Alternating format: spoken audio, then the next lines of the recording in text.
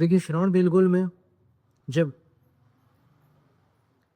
महामस्तकाभिषेक होता है, तो 12 वर्षों में अनेक साधुओं का मिलन होता है और बड़े वात्सल्य के साथ।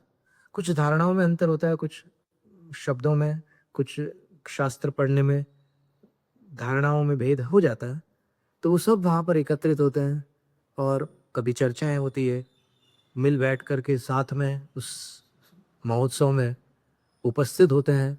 उस महामस्तकाभिषेक को सब मिल कर के देखते भी हैं और स्वाध्याय भी करते हैं, चर्चाएँ भी करते हैं।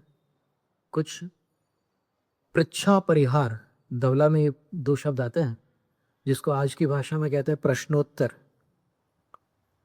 धवला में पृच्छा परिहार शब्द है। पृच्छा का अर्थ होता है पूछना और परिहार का अर्थ होता है उसकी शंका का निराकरण करना, मतलब समाधान दे देना।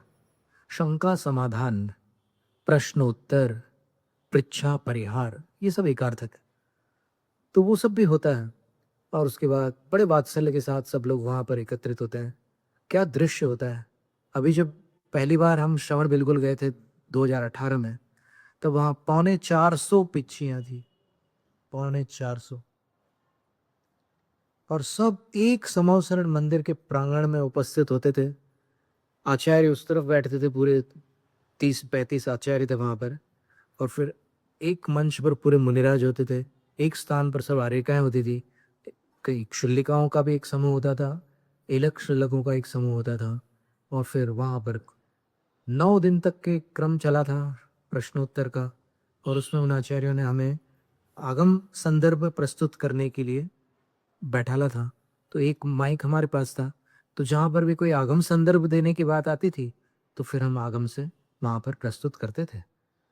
तो वो अविस्मरणीय पल थे जीवन के।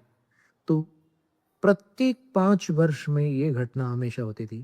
तो वैसी ही घटना उस काल में दर्शेन आचार्य महाराज की जानकारी में आई कि महिमा नगरी में ये सम्मेलन हो रहा है